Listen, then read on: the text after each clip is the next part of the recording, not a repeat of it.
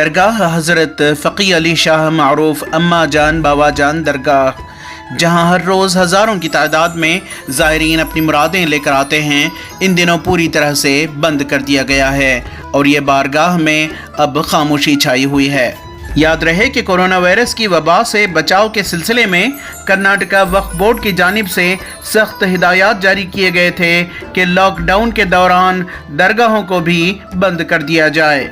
اس سلسلے میں نامہ نگاروں سے بات کرتے ہوئے چک بڑلا پور ضلع وقف بورڈ کے چیئرمین بی ایس رفیع اللہ بیگ نے بتایا کہ وقف بورڈ کے احکامات کے پیش نظر چنتامڑی میں واقع معروف درگاہ اماں جان باوا جان کے دروازے بند کر دیے گئے ہیں۔ کرناٹکا اسٹیٹ بورڈ آف وقف کی جانب سے جو انسٹرکشنز ملے تھے اس کی بنا پر ہم نے بھی کرناٹک کی مشہور و معروف درگاہ جو ہے حضرت فقی شاہ ولی جو اماں جان باوا جان کے نام پر جانا جاتا ہے، یہاں پہ ہر دن ہزاروں کی تعداد میں زائد اور زائرین یہاں پر عبادت کے لیے آیا کرتے تھے،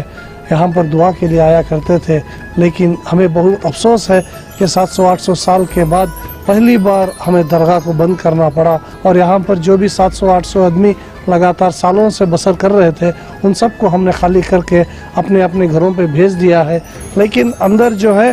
جو یہاں کے مزاور اور جو پیشوا جو موذن ہیں ان کے طرف سے عبادتیں تو چلتی رہے گی، لیکن عوام کے لیے